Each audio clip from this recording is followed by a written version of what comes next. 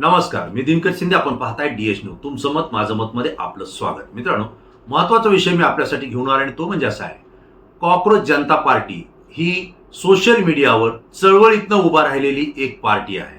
वास्तविक पाहता या कॉक्रोच जनता पार्टीचं अजूनही राज्य निवडणूक आयोगाकडे नोंद नाही किंवा ही राजकीय पार्टी नाही, परंतु कॉक्रोच जनता पार्टी सोशल मीडियावर स्थापन झाली आणि या पार्टीनं संपूर्ण देशामध्ये धुमाकूळ घातलेला आहे. प्रत्येक राज्यामध्ये प्रत्येक तरुण असतील, विद्यार्थी असतील, तरुणी असतील किंवा शासन व्यवस्थेवर जी नाराज नागरिक आहेत, या सगळ्यांनी मिळून या कॉक्रोच जनता पार्टीला आपल्या डोक्यावर घेतलंय. प्रत्येक जण या कॉक्रोच जनता पार्टीचा सदस्य होतोय.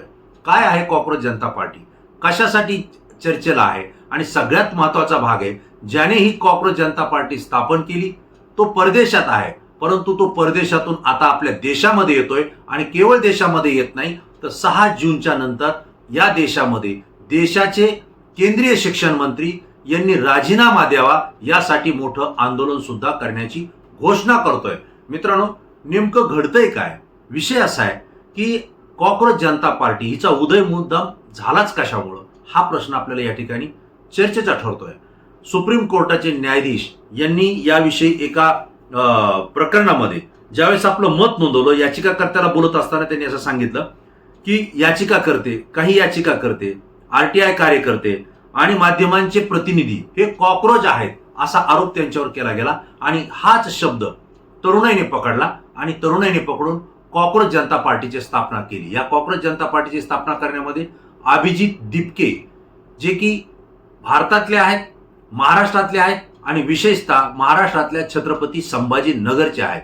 ते पत्रकाराचं शिक्षण घेतलेले पत्रकार सुद्धा आहेत. पुण्यामध्ये सुद्धा काही दिवस ते राहिले, परंतु आज ते अमेरिकेमध्ये आहेत आणि अमेरिकेतून भारताच्या या सगळ्या राजकीय परिस्थितीत, सामाजिक परिस्थितीवर लक्ष ठेवून ते आपल्या कॉमेंट्स किंवा सोशल मीडिया पोस्ट त्या ठिकाणी करत असतात. विशेष म्हणजे ही ज्यावेळेस पार्टी स्थापन झाली, या पार्टीनं देशामध्ये बेरोजगारी वाढलेली आहे, महागाई आहे, पेट्रोल डिझेल गॅसचे भाव वाढलेले आहेत, याही पेक्षा पुढे जाऊन भ्रष्टाचार हा सगळ्यात मोठी कीड या देशाला लागलेली आहे.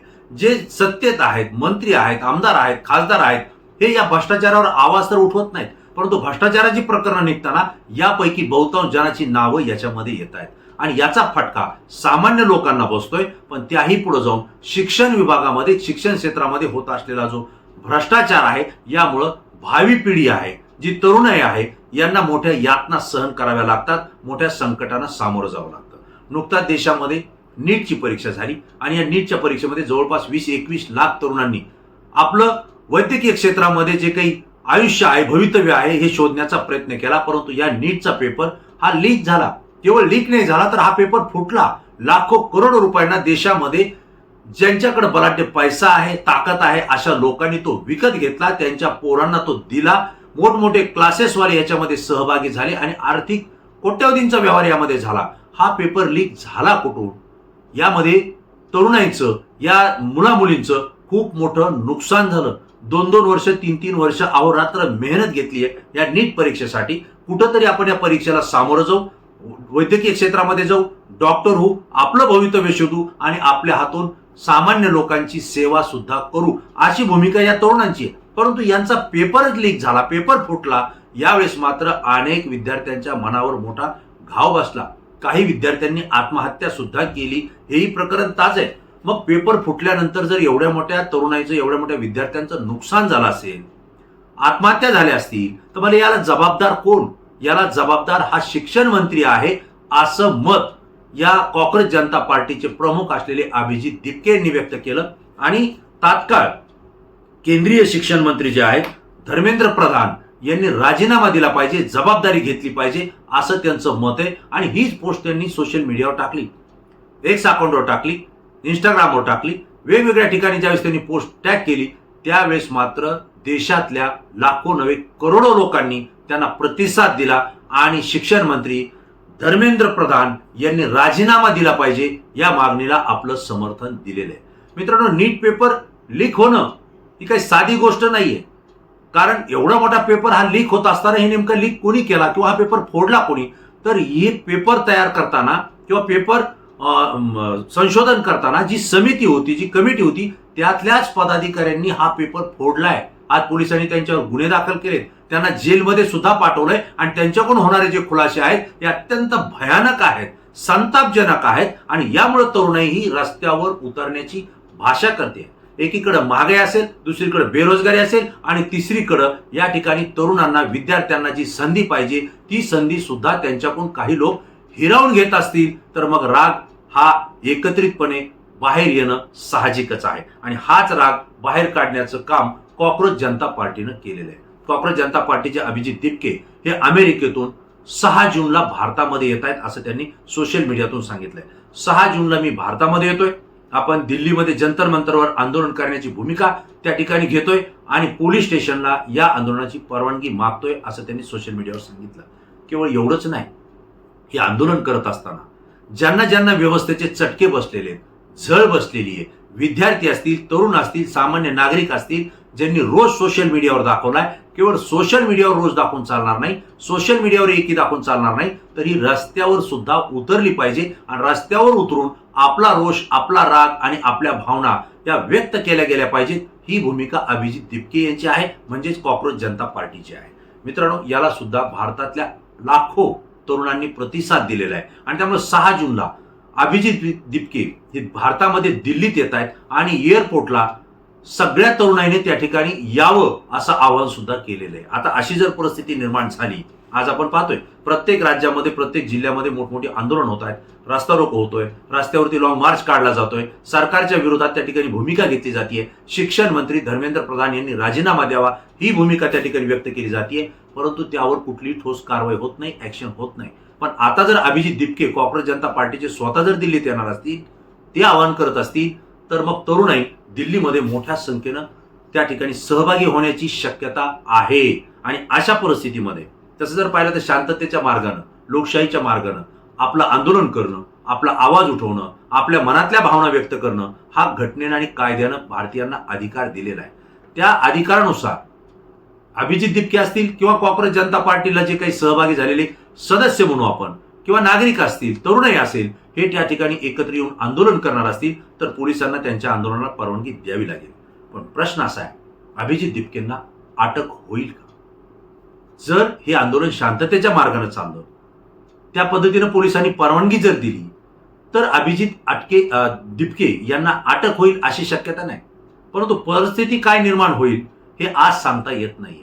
कारण अभिजित दिपके यांनी शंका उपस्थित केली की माझ्या आई वडिलांना असं वाटतं की मी दिल्लीत गेल्यानंतर एअरपोर्टवरतीच मला पोलीस ताब्यात घेतील, मला अटक करतील, परंतु मी घाबरणार नाही असं अभिजित दिपकेने सांगितलंय. आता घाबरून किती दिवस चालायचं? आपण जेलमध्ये जाऊ याला किती दिवस घेऊन चालायचं? आता बस झालं, आपल्याला क्रांती करावी लागेल, आपल्याला पुढे होऊन कोणीतरी मैदानात उतरावं लागेल आणि शासन प्रशासन जर चुकत असेल तर त्याविषयी आवाज सुद्धा उठवावा लागेल. मी येतोय, आवाज उठवतोय, तुम्हीही सहभागी व्हा असं कॉक्रोच जनता पार्टीच्या अभिजित दिपकेंनी आवाहन केलेलं आहे. मित्रांनो, अनेक प्रश्न आहेत. देशातल्या प्रत्येक राज्यामध्ये राजकीय मंडळींच्या विरोधात संताप व्यक्त केला जातोय, आक्रोश व्यक्त केला जातोय. कारण आपल्याला माहिती आहे 2 देशांच्या युद्धाचा भडका भारतामध्ये या ठिकाणी पोहोचलेला आहे. महागाई ही उच्चांकावर पोहोचलेली आहे, डॉलरची किंमत वाढलेली आहे, रुपया घसरलेला आहे, पेट्रोल, डिझेल, गॅस सिलेंडर यांचे सुद्धा दर दररोज वाढतायत, 4 टप्प्यामध्ये वाढलेले, त्याची टंचाई सुद्धा जाणवतीये.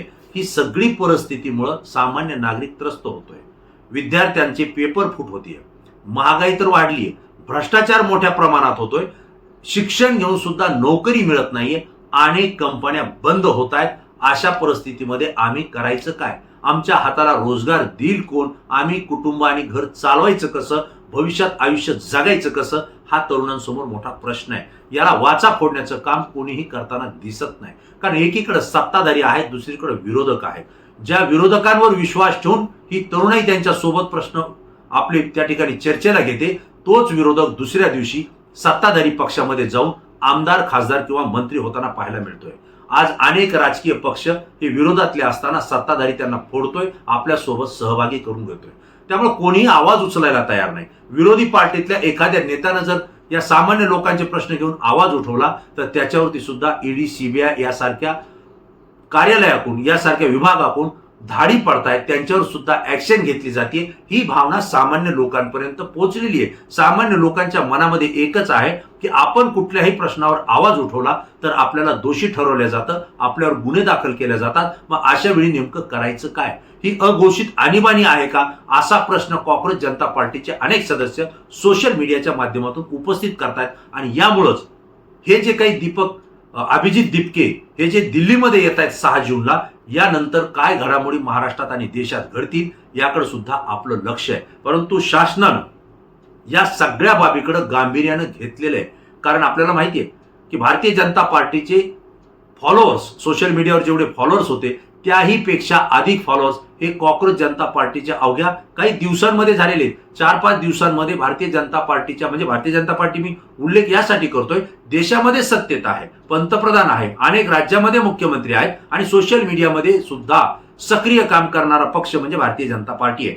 त्यांच्या सोशल मीडियाचे अकाउंटचे फॉलोअर्स हे वर्षानुवर्ष जितके मिलियन झाले होते, अवघे 4-5 दिवसामध्ये कॉक्रोच जनता पार्टीचे फॉलोअर्स त्याही पेक्षा अधिक मिलियन या ठिकाणी झालेले आहेत.